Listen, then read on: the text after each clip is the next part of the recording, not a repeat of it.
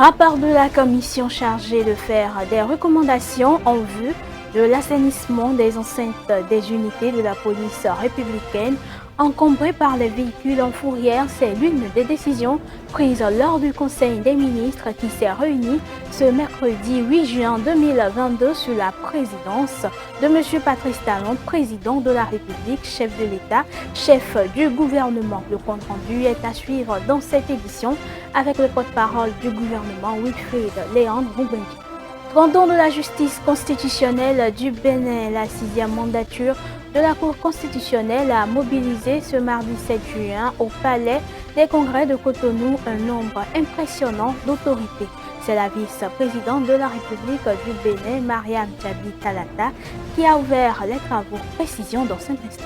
Et le parti au pouvoir au Nigeria, le All Progressive Congress, a choisi mercredi l'ancien gouverneur de l'État de Lagos, Bola Tinubu, comme candidat à la présidence lors des élections prévues en février 2023. Ravi de vous retrouver dans cette nouvelle édition sur Speedline TV. Bienvenue à vous. Je l'annonçais en titre, le Conseil des ministres s'est déroulé ce mercredi 8 juin 2022 sous la houlette du président Patrice Talon. Plusieurs décisions ont été prises au cours de cette séance hebdomadaire. Entre autres, on peut retenir le rapport de la commission chargée de faire des recommandations en vue de l'assainissement des enceintes des unités de la police républicaine encombrées par les véhicules en fourrière. Les détails avec le porte-parole du gouvernement, Wilfried Léandre Ngoubenguy. Démarrage de l'opérationnalisation des classes culturelles. À la suite des études et actions qui ont été conduites dans le cadre de la réalisation de ce programme, le Conseil a marqué son accord pour la mise en œuvre des dites classes dont la finalité est de favoriser la détection et la promotion des talents artistiques et culturels des apprenants de nos écoles. Au nombre des diligences déjà accomplies à cette fin figure la validation des curricula de formation, l'acquisition des matériels et équipements d'apprentissage, de même que le recrutement de 890 encadreurs culturels à déployer dans l'ensemble des 77 communes. Les ministres concernés prendront toutes dispositions nécessaires pour cette opérationnalisation dès la rentrée 2022-2023. Rapport de la commission chargée de faire des recommandations en vue de l'assainissement des enceintes des unités de police républicaine encombrées par les véhicules en fourrière. Les travaux de cette commission ont permis de recenser 26 196 véhicules et autres objets mobiliers qui jonchent les enceintes des unités de police. Ceux-ci se décomposent en 4 313 véhicules, dont 3 745 à 2 roues, 34 à 3 roues et 534 à 4 roues. 6 031 véhicules, dont 5 638 à 2 roues, 15 à 3 roues et 378 à 4 roues, objets de procédure judiciaire en cours ou déjà clôturés. 4 581 véhicules, dont 4 398 à 2 roues, 14 à 3 roues et 169 à 4 roues, faisant l'objet de ventes aux enchères publiques entamées. 2 393 véhicules, dont 2 288 à 2 roues, 19 à 3 roues et 86 à 4 roues qui ne font l'objet d'aucune procédure, puis 353 véhicules, dont 344 à 2 roues et 9 à 4 roues en fourrière. À tout cela s'ajoute un nombre non négligeable de véhicules hors d'usage et de biens meubles de toute nature appartenant à l'ex-gendarmerie nationale et à l'ex-police nationale. Des conclusions du rapport. Il ressort qu'en vue de mettre un terme à l'encombrement des lieux de travail de la police républicaine et de recouvrer les frais de fourrière ou des amendes, il faille procéder, par voie de justice, à la vente des 10 véhicules. Le Conseil s'est prononcé en faveur de la mise en œuvre de cette recommandation et a instruit les ministres concernés à cette fin. Au chapitre des rencontres et manifestations internationales, ont été autorisées sous cette rubrique l'organisation au Bénin Du 22 au 25 juin 2022, du 6e colloque Afrique-Europe des huissiers de justice, la tenue à Cotonou de la 25e conférence régionale africaine de l'Organisation internationale de police criminelle du 28 au 30 juin 2022 et la participation de l'équipe nationale senior de football aux compétitions statutaires au titre des années 2022 et 2023. Et l'examen du certificat d'études primaires session de juin 2022 a démarré ce mardi 7 juin sur toute l'étendue du territoire national. Le lancement officiel national des épreuves a eu lieu à Tchatchou, une localité de la commune de Tchaourou, département du Borgou. C'est le ministre des Enseignements maternels et primaires, Salimane Karimou, qui a lancé les premières épreuves. Romaric Doussa pour le point. C'est dans ce centre du collège d'enseignement général Tchatchou, dans la commune de Tchaourou, qu'est lancé de façon officielle les premières épreuves du certificat d'études primaires CEP session de juin 2022. C'est le ministre des Enseignements maternels et primaires, Salimane Karimou, qui a donné le top. En même temps, vous avez eu la sirène qui retentit. Ça a commencé par compter.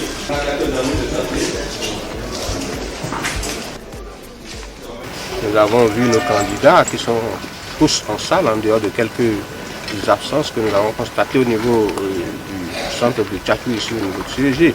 Mais pour la grande majorité, ils sont là, ils sont présents. On les a vus sereins, on leur a prodigué les derniers conseils et nous venons de leur disposer les premières épreuves. Vous avez vu, nous sommes en train de travailler depuis plusieurs années sur la qualité de l'enseignement et cette qualité-là ne soit pas du taux de performance. Nous sommes partis de 40%, comme je l'ai dit il y a quelques jours, à 84%, 85%. Et notre souhait est que nous allions au-delà de 85%. Et cette année, au moins, nous puissions avoir 90%, ce serait déjà notre aspiration. C'est quand les enfants parlent, qu'on sache qu'ils ont appris quelque chose à l'école. Et quand on les interroge, qu'ils sachent répondre aux questions qu'on leur pose. Alors je crois que ça a commencé par aller petit à petit. Et Inch'Allah, dans quelques années, le monde sera satisfait de notre école. Le choix porté sur ce centre de composition dans le Borgou n'a pas été opéré au hasard. Pour le ministre Salimane Karimou, il y a un certain nombre de critères qui concourent au choix d'un centre d'examen. Je peux en citer deux. Le premier critère, c'est d'abord un critère de rotation. Donc on part d'un département à un autre, d'une commune à une autre, juste pour donner l'occasion à tous les citoyens du Bénin de vivre, disons, en direct les bienfaits de l'école. Deuxième critère, c'est on tient compte également du taux de scolarisation dans les localités. Ici au niveau du CG, nous avons 11 salles, n'est-ce pas, avec 372 candidats, on m'a dit. Donc là, nous avons encore quelques efforts à faire. Donc c'est encore très peu. Et le constat que j'ai fait, que je voudrais partager avec vous, c'est que par rapport à la scolarisation, il faut travailler. Parce que j'ai parcouru les salles, l'école la plus proche de ce centre-là est à 8 km d'ici. C'est trop éloigné pour les enfants. Pour cette édition, ils sont au total 226 676 candidats à aller à l'assaut du CEP session de juin 2022. Ils sont répartis dans 775 centres de composition. Le plus jeune candidat au CEP session de juin 2022 a 8 ans et le plus âgé, 51 ans.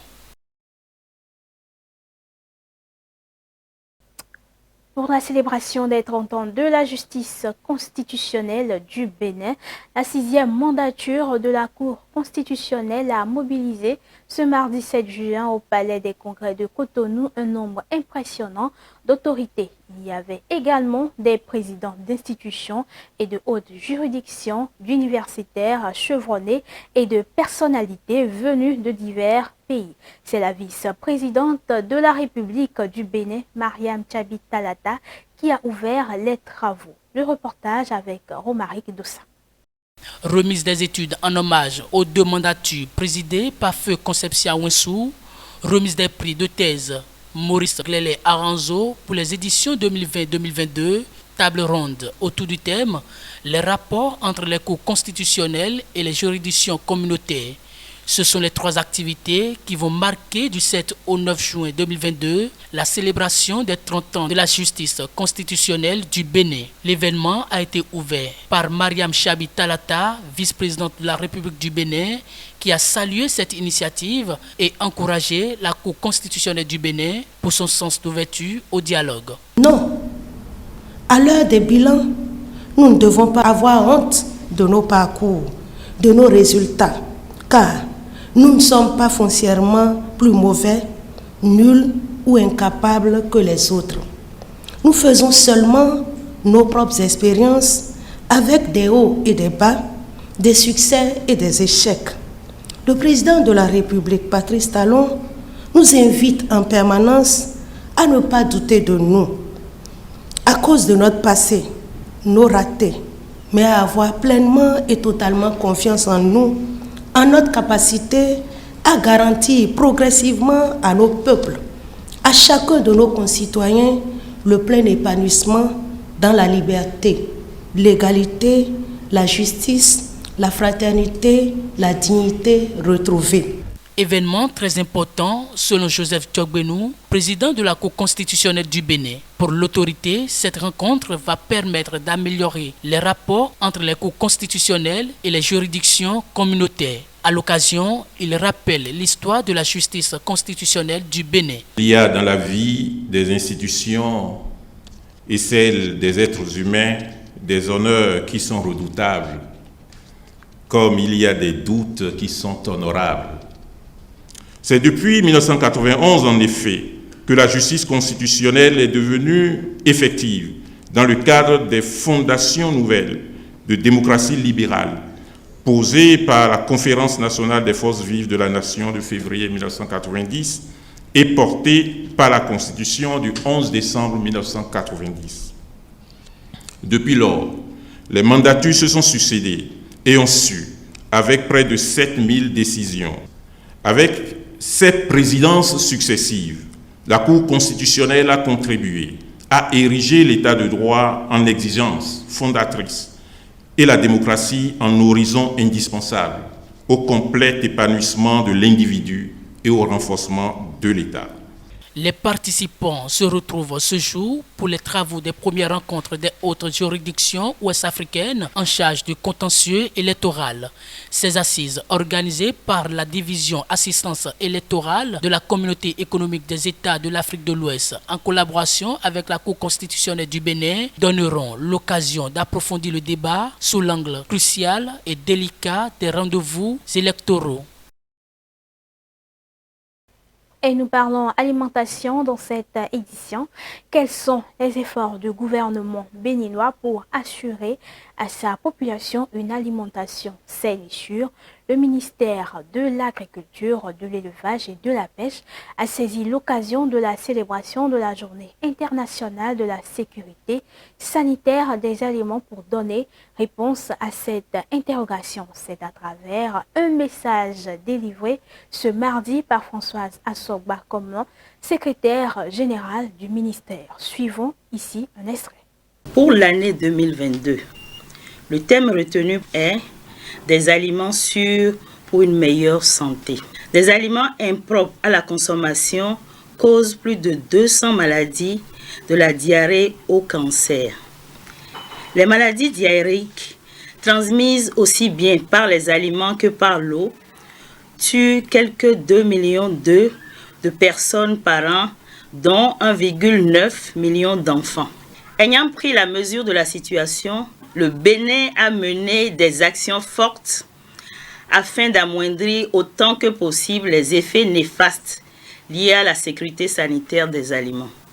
Ainsi, le gouvernement du Bénin, avec à sa tête son Excellence Patrice Athanase Guillaume Talon, président de la République, a fait des réformes pour mieux assurer la santé des consommateurs de produits alimentaires, aussi bien pour les hommes que pour les animaux notamment.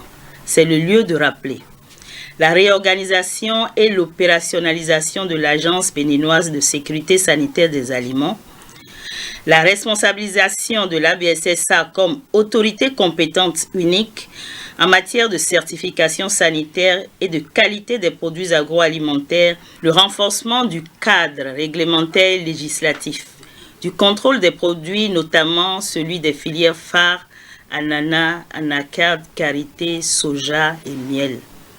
La création et l'opérationnalisation des directions départementales de l'agriculture, de l'élevage et de la pêche, des DAEP, pour la prise en charge du contrôle au niveau. Et nous ouvrons la page inter dans cette édition avec l'Algérie qui a suspendu mercredi un traité d'amitié, de bon voisinage et de coopération conclu en 2002 avec l'Espagne. Cette mesure est une réponse au revirement de Madrid sur le dossier du Sahara occidental pour s'aligner sur la position du Maroc, a annoncé la présidence. L'Espagne a dit regretter cette décision.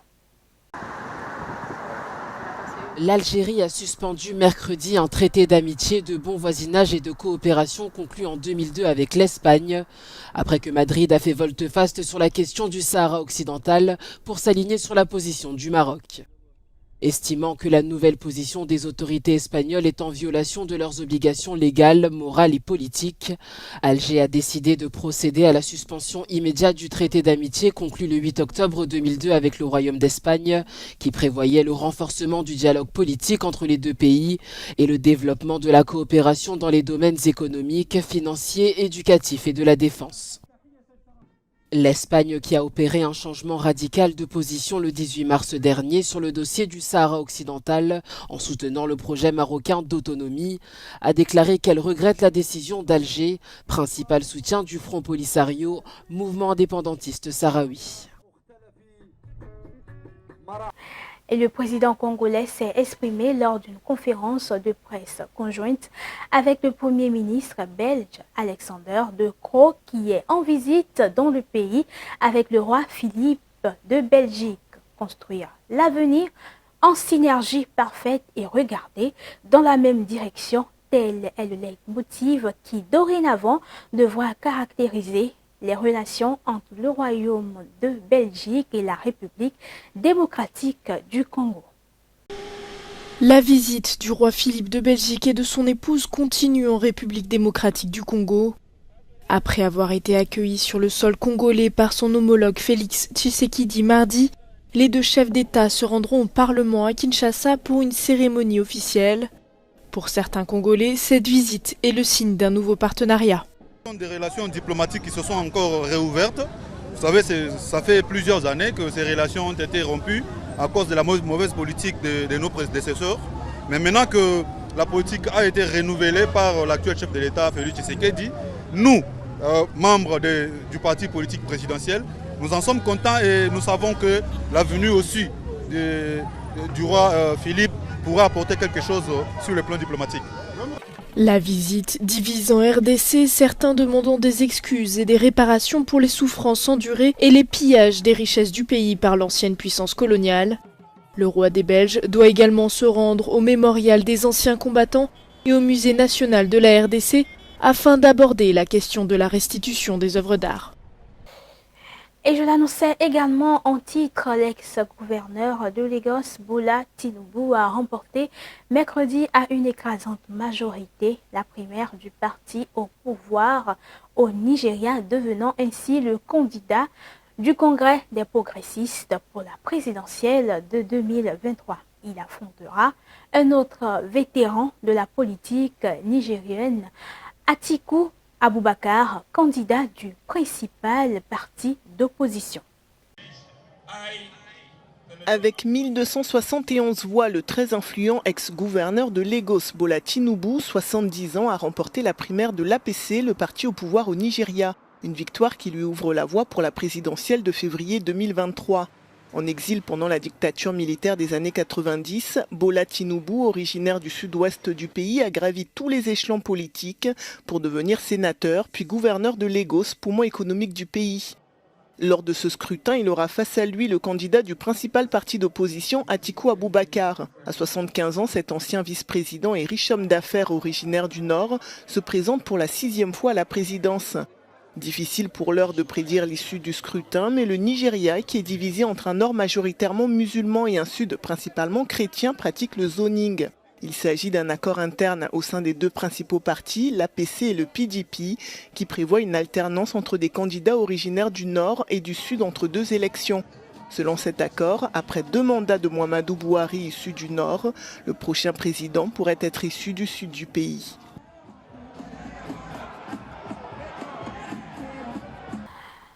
Devant une foule dense et bouillonnante rassemblée sur la place de la Nation, lieu des grandes manifestations, Ousmane Sonko a déclaré mercredi à Dakar son intention de défier l'invalidation de sa candidature aux prochaines élections législatives et annoncé son entrée en campagne. Le leader de l'opposition au Sénégal affirme que cette manifestation est un avertissement à Macky Sall.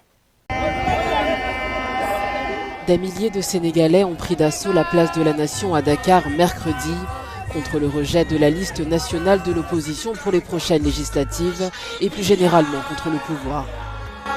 Sous les acclamations de milliers de ses partisans, le leader de l'opposition, Ousmane Sonko, a déclaré son intention de défier l'invalidation de sa candidature aux prochaines élections législatives et annoncé son entrée en campagne.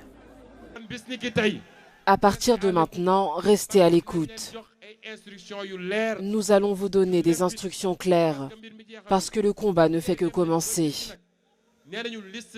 Si le gouvernement décide d'éliminer la liste de Yewwi Askan Wi aux élections législatives, qu'il sache qu'il n'y aura pas d'élections au Sénégal.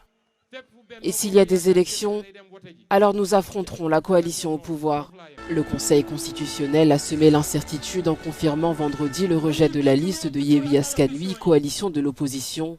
Une décision jugée inacceptable par le maire de Dakar qui demande la démission du ministre de l'Intérieur. À partir de maintenant, on exige la démission. Et comme il n'est pas capable de démissionner, on exige de Macky Sall qu'il amène une personne responsable, une personne équitable pour organiser des élections. Parce que Antoine Nyaka Diom, il est à lui tout seul un symbole vivant de l'instabilité qui peut régner au Sénégal.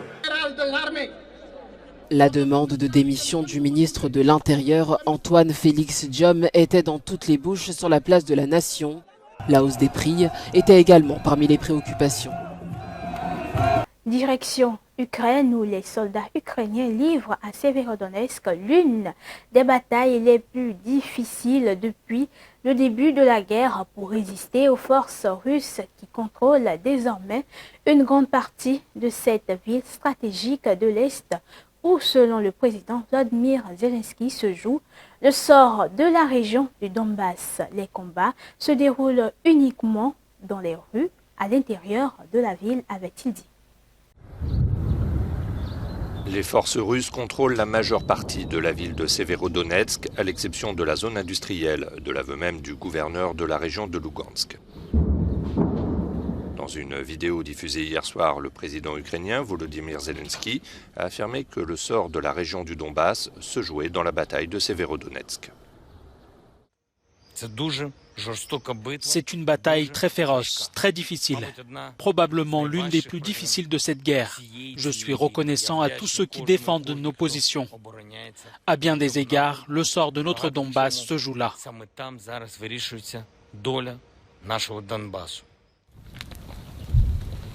La ville voisine de Lysychansk est entièrement contrôlée par l'armée ukrainienne, mais subit des bombardements presque incessants et vit dans la crainte d'une offensive russe. Suivant l'appel des autorités, de nombreux civils ont quitté les lieux, sauf ceux qui n'en ont pas les moyens ou qui sont trop âgés.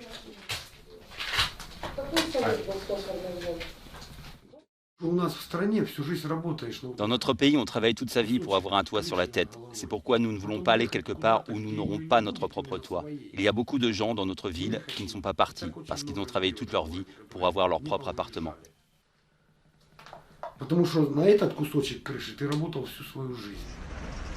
De nouveaux bombardements ont également eu lieu dans la région de Kharkiv, dans le nord-est de l'Ukraine. Ces frappes qui ont endommagé des maisons et un supermarché ont fait 5 morts et une douzaine de blessés.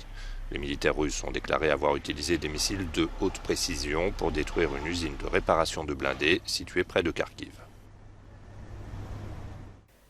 Toujours en Ukraine, le président du Parlement ukrainien a lancé un appel au Parlement européen à Strasbourg ce mercredi. Son souhait est que son pays soit désigné comme candidat à l'adhésion à l'Union européenne. Selon l'Ukraine, l'échec de l'UE donnerait accès au président Vladimir Poutine pour poursuivre la guerre. L'Ukraine cherche à gagner la bataille pour son destin européen. À Strasbourg ce mercredi, le président du Parlement ukrainien a lancé un vibrant appel au Parlement européen pour que son pays soit désigné comme candidat à l'adhésion à l'UE. Nous avons interrogé Ruslan Stefanchuk sur la guerre avec la Russie et la crise alimentaire précipitée par le blocage des exportations de céréales ukrainiennes. L'Ukraine se nourrira toute seule, mais nous ne sommes pas égoïstes. Nous comprenons que nous sommes responsables des gens dans le monde, et notre responsabilité réside dans le fait que nous ne devons pas permettre cette crise alimentaire mondiale. C'est pourquoi il est très important pour nous de trouver une solution. Selon l'Ukraine, l'échec de la candidature à l'UE donnerait carte blanche à Vladimir Poutine pour poursuivre la guerre sans sanction. Nous ne voulons pas que vous inventiez quelque chose de nouveau, un statut inexistant pour l'Ukraine ou que vous fassiez quelque chose de spécial pour l'Ukraine. L'Ukraine veut une manière franche d'obtenir ce statut. Et ensuite, nous voulons faire tout ce qui est nécessaire pour recevoir une adhésion à part entière. Si nous obtenons la candidature, nous aurons une feuille de route. Nous pourrons mieux comprendre ce que nous devons faire, quand nous devons le faire, ce qui est mieux, et quand nous pourrons obtenir ce statut de membre à part entière.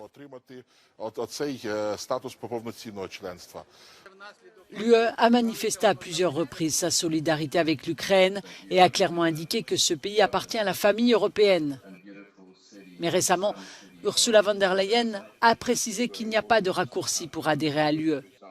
Des conditions démocratiques et économiques strictes doivent être remplies, a-t-elle dit. Mais elle a promis que l'Europe accompagnerait l'Ukraine sur ce chemin pour la reconstruction du pays aussi et pour traduire en justice les responsables des crimes de guerre perpétrés par la Russie. Les chefs d'État et de gouvernements européens devraient examiner la candidature de l'Ukraine à l'UE à la fin de ce mois. Et depuis plusieurs semaines, une explosion des voyages après 2 ans de Covid. Les aéroports européens sont perturbés pour plusieurs raisons différentes mais avec des conséquences identiques. Files d'attente, retard, vols manqués. À Madrid, les policiers manquent face aux contraintes du Brexit. Les passagers racontent avoir attendu parfois 1 heure au contrôle au lieu d'une dizaine de minutes. Suivez.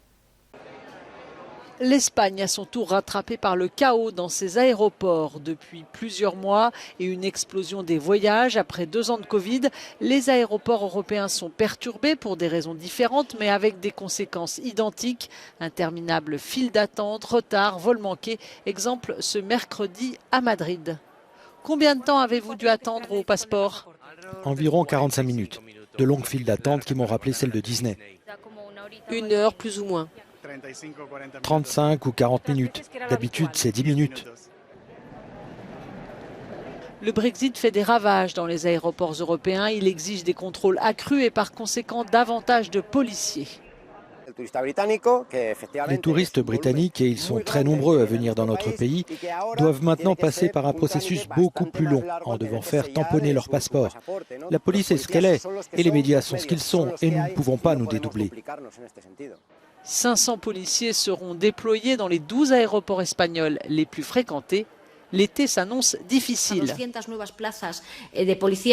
Jusqu'à 200 nouveaux policiers vont aller à l'aéroport de Madrid précisément pour répondre à ces mois d'été exceptionnels avec le plus grand afflux de voyageurs dans nos aéroports. En France, l'aéroport de Paris-Charles de Gaulle est lui aussi contraint d'annuler 1/4 des vols prévus ce jeudi matin en raison d'une grève des personnels. Il réclame 300 € de hausse de salaire. Le syndicat FO estime à 15 000 le nombre d'emplois perdus en 2 ans dans le secteur aérien en raison de la pandémie, ce qui aboutit à des salariés pressurisés, dénonce-t-il. Les aéroports manquent en effet cruellement de personnel et peinent à en trouver. Fin de ce journal, merci à vous de l'avoir suivi. N'oubliez pas de nous suivre sur tous nos canaux digitaux, Facebook et YouTube. Bon après-midi à vous.